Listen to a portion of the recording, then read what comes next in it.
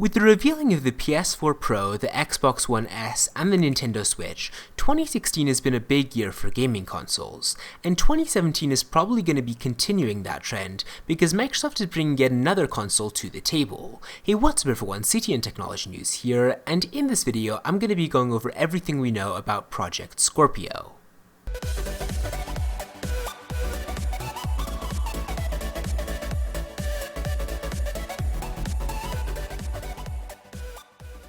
So first off, what even is Project Scorpio? Well, it's basically a new Microsoft games console in the Xbox One family with 4K and VR capabilities, and it's going to be coming out sometime in the holiday season of 2017. The cost is currently unknown, but it will likely be more than the Xbox One and Xbox One S. One analyst has predicted as low as $399 for the price, but I'm guessing that's the absolute minimum. This console is aiming to completely change the console experience by adding high-end VR on top of 4K and HDR game support. Microsoft hasn't released many specifics about the hardware that's going to be running inside Scorpio just yet, but what we do know is that this console is going to be insanely powerful. For instance, it's actually going to have 6 teraflops of graphical performance, and to put that in perspective, that's over 5 times more powerful than the Xbox One. Sure, it's still a fair amount less than Nvidia's just announced top-of-the-line GeForce GTX 1080 graphics card, but considering that high-quality VR only requires a GTX 970 to work properly, Project Scorpio shouldn't have any trouble providing Xbox gamers their first foray into virtual reality.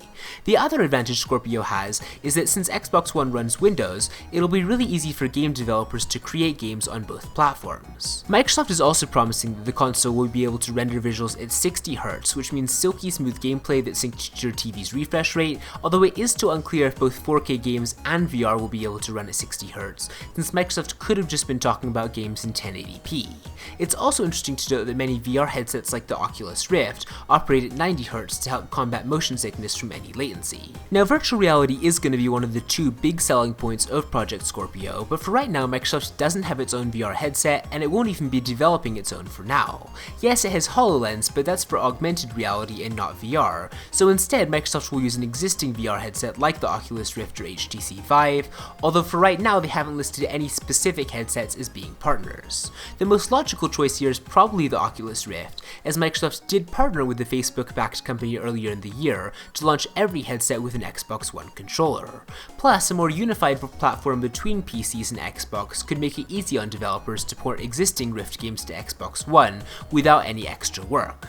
Here's the bad news though, since Project Scorpio doesn't come bundled with a VR headset, expect to spend an additional $600 to $800 for one. Now, one other important thing to know about the Scorpio is that all consoles in the Xbox One family, including the Scorpio and the One S, will be able to play from the same library of games. Scorpio will also support a select number of Xbox 360 games just like the Xbox One, but more powerful consoles like the Scorpio will feature better gaming experiences due to the more powerful components. What that means, for instance, is that Halo 5 can run at 1080p at 60 frames per second on the Xbox One, but the console often drops the resolution to maintain the buttery smooth frame rate. Project Scorpio won't need to drop the resolution in order to maintain that frame rate, since again it has insanely powerful hardware under the hood. Now, Microsoft again hasn't nailed down the exact price for the Xbox One Scorpio just yet, although they have dropped a couple hints at about what it's going to be costing. A little while ago, Phil Spencer gave an interview where he said, "We're not ready to announce anything right now, but you can imagine at the price point of Scorpio, which we haven't actually said, but think about consoles and where they live in terms of price point. Having something at 6 teraflops that will get millions of people buying it is very attractive to some of the VR companies that are out there already, and we've architected it such that something will be able to plug right in and work."